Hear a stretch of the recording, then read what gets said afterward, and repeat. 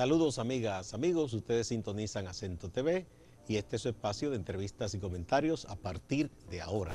Hoy tenemos el placer de conversar con la profesora María Teresa Cabrera, una reconocida educadora que ha presidido la ADP, que ha sido dirigente importante de esa entidad, pero también en su condición de dirigente política importante del Frente Amplio. Y también es una de las voces del movimiento ciudadano bien común, que ha hecho sus aportes en este proceso. Así que esperamos que María Teresa nos brinde, como siempre, una buena entrevista. ¿Qué tal, María Teresa? Bienvenida. Muy bien, un placer estar aquí de nuevo. Bueno, vamos a ver un poco el balance a lo que ha sido este proceso electoral. ¿Cómo tú piensas que ha quedado primero la oposición en su conjunto y después el Frente Amplio, el partido en el que tú militas? Bueno, yo creo que hace como unos 8 meses antes de las elecciones municipales, justamente en este programa, yo dije que al PLD le había llegado su hora y que perdería en los 3 niveles de elección. Y efectivamente eso fue lo que ocurrió. Y era fácil advertir que a partir del 22 de enero, cuando surgió la Marcha Verde, este movimiento tan contundente reclamando el fin de la corrupción y la Cuando tú dices impunidad. enero, hablamos de enero de 2017. 2017, exacto. Entonces, yo creo que el surgimiento de ese movimiento marcó el punto de declive del PLD gobierno. Entonces, el contexto político y social comenzó a cambiar y se podía apreciar eh, a, al ojo, como decimos los dominicanos y las dominicanas, que había una determinación de cambio que crecía en la sociedad dominicana y que eso se manifestaba en todos los sectores sociales. Alguna gente planteaban en sus análisis que en virtud de los programas sociales, la cantidad de personas que están incluidas, que estaban en esa nómina, como que ese era un voto cautivo para el gobierno. Yo decía en ese programa que cuando se desatan movimientos de impugnación desde sectores de clase media, pero que van involucrando organizaciones sociales de los sectores populares, eso se expande. Y eso fue lo que ocurrió. Efectivamente, el Partido de la Liberación Dominicana perdió los 3 niveles de elección. Lo que tenemos como resultado de este proceso es una correlación de fuerza totalmente distinta. La oposición controla el Congreso, tiene mayoría en el Congreso, tiene mayoría a nivel municipal y ganó de manera holgada el Poder Ejecutivo, la presidencia y la vicepresidencia de la República. Entonces hay evidentemente un cambio en la correlación de fuerza y yo creo que hay que decir que las primeras medidas, anuncios que ha estado haciendo el presidente electo, las designaciones que ha adelantado, o sí, que ha anunciado ya, son como esperanzadoras de que efectivamente esa búsqueda de cambio que estaba clara en la mayoría de los dominicanos y dominicanas, que no se trataba simplemente de un cambio de color de partido, lo que se estaba buscando, y que no se trataba solamente de cambiar los inquilinos del palacio, sino que se estaba reclamando un cambio en la manera de gestionar lo público, en la manera de gestionar el Estado. un reclamo de que las leyes se puedan cumplir, de que el dinero público pueda ser gestionado de forma transparente, definiendo prioridades que tengan en el centro a los seres humanos. Bueno, el primer Entonces, paso se ha dado, María Teresa, porque se logró exacto, defenestrar del poder al PLD, ¿verdad? Al Frente exacto. Amplio, que fue un aliado fundamental en esta coalición, ¿cómo le fue? Bueno, nosotros el balance que tenemos es positivo porque logramos, digamos, proyectar nuevos liderazgos en los territorios y también obtuvimos representación en el nivel municipal, a nivel de distrito, y también hemos tenido una representación en la Cámara de Diputados y Diputadas. Y yo creo que ese es un balance positivo para una fuerza que emerge, que lucha por abrirse paso en el sistema político dominicano, y creemos que desde esa representación tenemos en la oportunidad de mostrar no solo en el discurso, sino una práctica en un poder del Estado en donde también se está reclamando desde la sociedad cambios, superar los privilegios irritantes por iniciativa del propio Congreso, se han impuesto como una verdad con rango incluso de ley por la costumbre. Entonces, esa es una oportunidad. Ya el diputado que nosotros obtuvimos ha dicho, Juan Dionisio Rodríguez, ha anunciado que renuncia a todos esos privilegios, y yo creo que es una oportunidad que tiene el Frente para seguir posicionando Parece sus que planteamientos. hay, en ese caso, María Teresa, yo creo que hay un escenario propicio, porque no solo Juan Dionisio, que lo anunció, Sí, también los elegidos por Alianza País han dicho que renuncian a esos sí, privilegios, y de manera particular otros legisladores como don Eduardo Estrella, electo senador sí, por Santiago, ha dicho no, nada de eso. Yo creo que es propicio el ambiente, porque los demás se verán sí, puestos en evidencia. Yo creo que es propicio el claro. ambiente incluso para someter un proyecto y ponerle fin a eso. Sí. De hecho, también dentro de los electos en el Partido Revolucionario Moderno, también ha habido iniciativas que se han adelantado en ese sentido. A mí me parece que estamos frente a un cuadro, a pesar de lo difícil, porque todo el tema generado por la pandemia en el plano sanitario, en el plano económico y social, obviamente, es un cuadro muy difícil, pero esperanzador en el sentido de las posibilidades reales de cambio que satisfagan ese reclamo de la sociedad dominicana, y que por lo tanto hagan más eficiente el funcionamiento del Estado. María Teresa, vamos a una primera pausa y cuando retornemos vamos a proseguir con lo político y también dos temas, la educación y una exigencia, que tú has sido parte de esa exigencia, un gabinete de paridad, hombres-mujeres. Vamos a la pausa. Así es.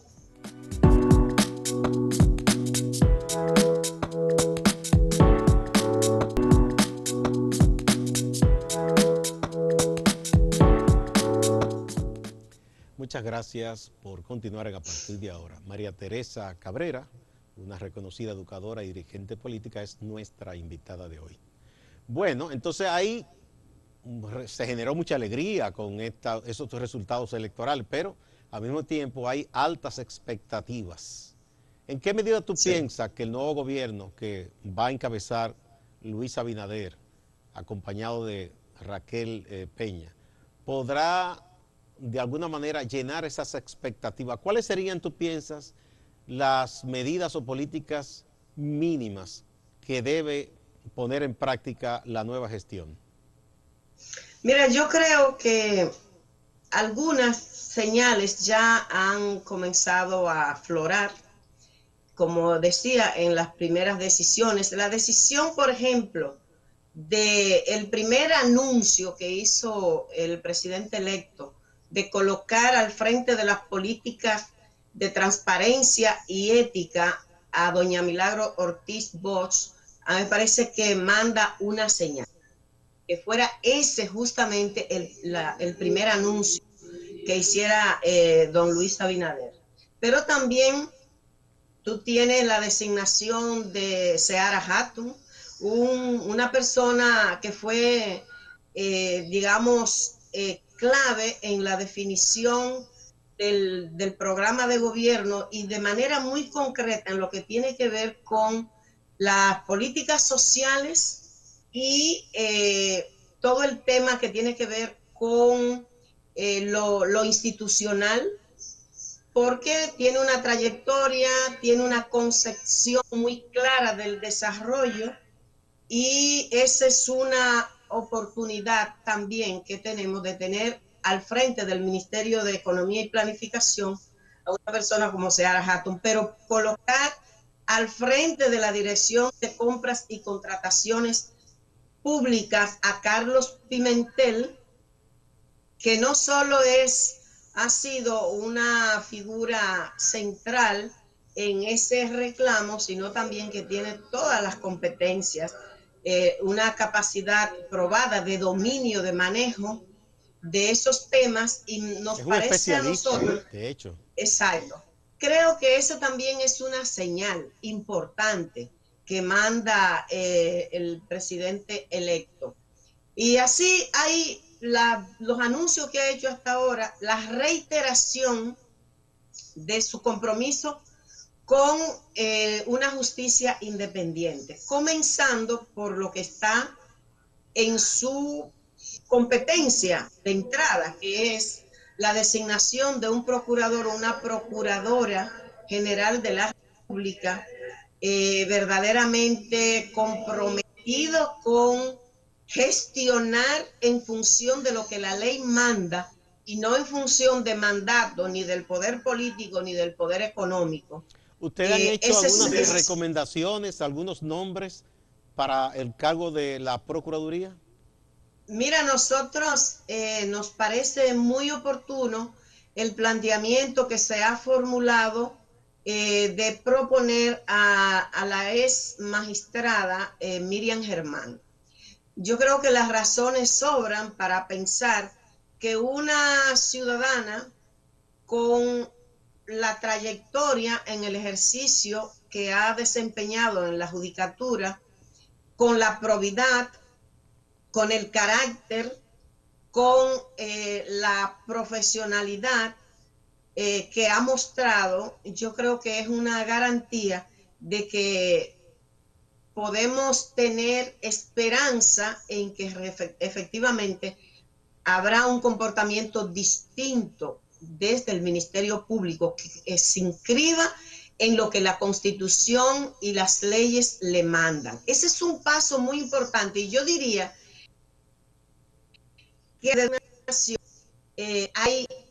yo creo que se concentran las mayores expectativas del presidente del gobierno que se va a María instalar. Teresa, hay otro tema. Ustedes, las mujeres, siguen cargando pesado en cuanto a la exclusión. Y yo creo que es más que justo. Yo apoyo, de hecho me sumé a una promoción que se hizo breve con vídeos, reclamando el nombramiento de un gabinete de paridad. Mitad y mitad, hombres y mujeres. Ya no será paritario porque ya creo que va más del 50% de hombres, pero quedan muchos ministerios todavía. Sí, ¿Ustedes piensan sí. que se podrá avanzar en esa parte de mayor inclusión de mujeres en cargos importantes que sean decisorios en las políticas públicas? Exacto. Sí, yo creo que ahí sí que hay un déficit que esperamos que pueda ser compensado, aunque no se alcance la paridad, que ya es difícil porque por las razones que tú indicas, pero que pueda mejorarse, que pueda tener mayor equilibrio en la conformación del gabinete en esas posiciones donde toman las decisiones fundamentales, porque de eso se trata, el poder, la capacidad, la posibilidad de participar en las decisiones esenciales de las políticas públicas desde el Estado. Ahí es que está el tema de poder. Entonces, yo creo que sí que quiero confiar, quiero esperar que se pueda compensar en lo que falta con una presencia más significativa de mujeres, porque hasta ahora en los ministerios, solo en el Ministerio de la Juventud, se ha anunciado a una mujer. Yo creo que ese es un reclamo que está ahí, que está pendiente y que ojalá pueda ser compensado. Sí, vamos a lo de la educación. El gran debate ahora es si se debe empezar el nuevo año escolar de manera presencial o virtual. ¿Cómo se podría hacer si es virtual? Porque sabemos que hay lugares, escuelas y comunidades que apenas tienen quizás electricidad o les llega el servicio de la conexión a internet. ¿Cómo podríamos abordar este tema que es fundamental? Porque la educación no se puede detener.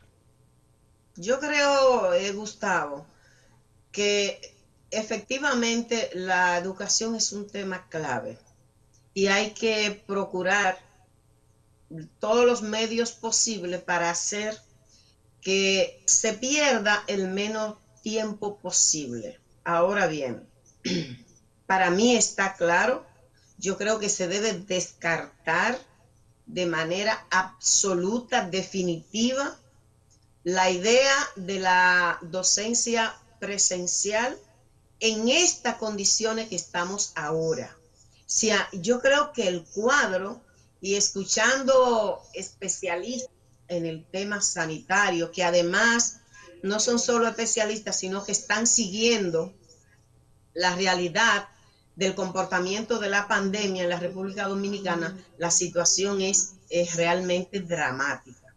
Yo creo que pensar en la docencia presencial en estas condiciones sería una locura. Creo que se debe descartar en este momento.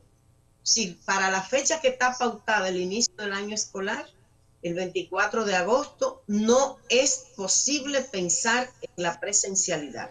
La Vamos a presencialidad ver tiene que entonces estar... cómo se podría abordar de otra manera. Pero vamos primero a una pausa y Bueno, retornamos. ok.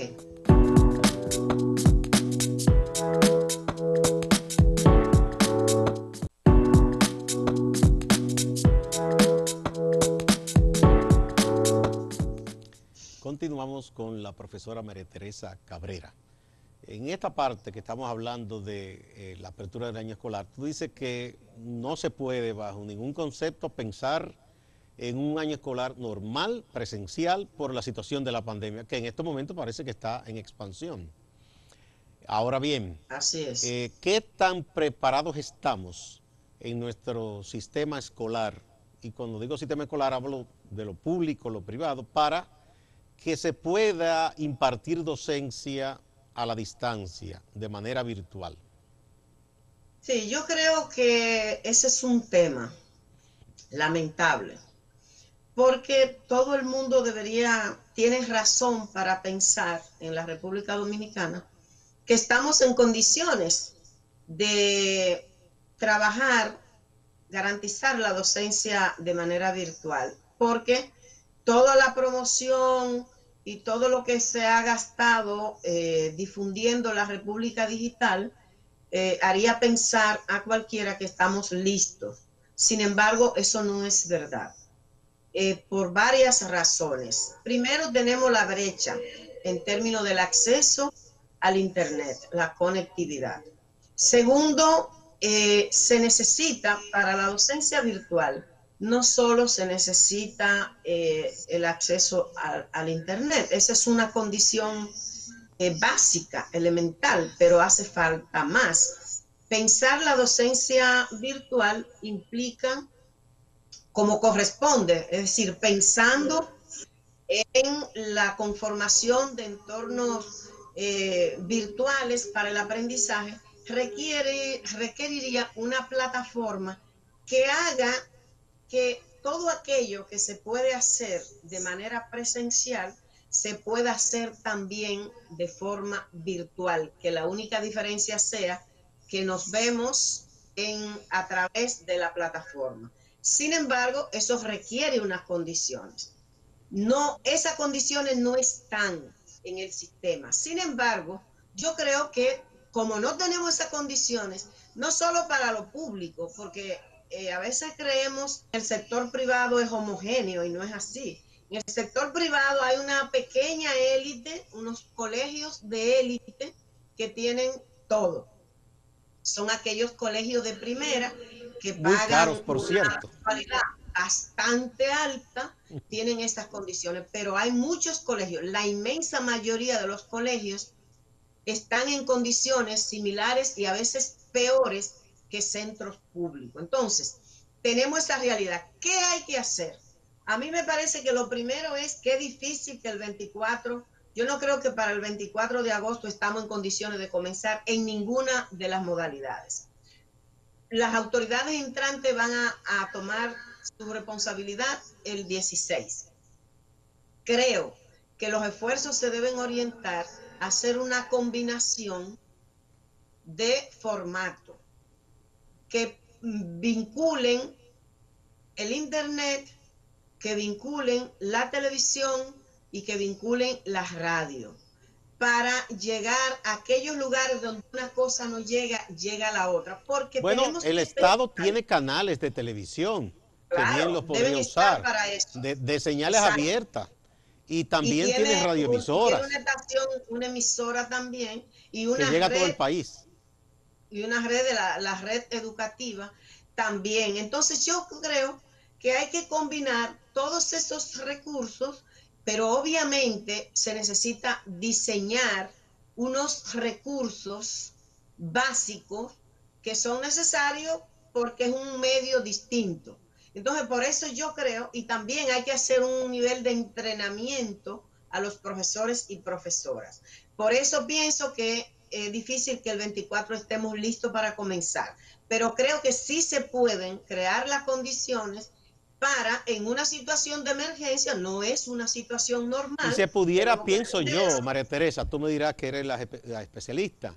Aquí hay una experiencia, por ejemplo, las radioemisoras católicas, Radio Santa Claro, María en La Vega, que tú conoces muy sí, bien, toda la labor que ha claro, hecho, Radio Seibo, Radio sí. Marién en el sur, administrada por congregaciones religiosas que han hecho excelente labor en la educación radial, incluso Yo dije, alfabetizando adultos y todo.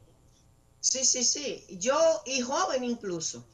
Yo hace como, desde que comenzó a hablarse de este tema, sugerí que las autoridades entrantes y las salientes, que era imperativo como generar un espacio de diálogo en el que todo el que tiene algo que aportar a partir de una experiencia de trabajo en educación pudiera hacerlo. Y decía que para mí era básico reunirse con esas emisoras católicas que tienen décadas trabajando la educación a distancia con resultados.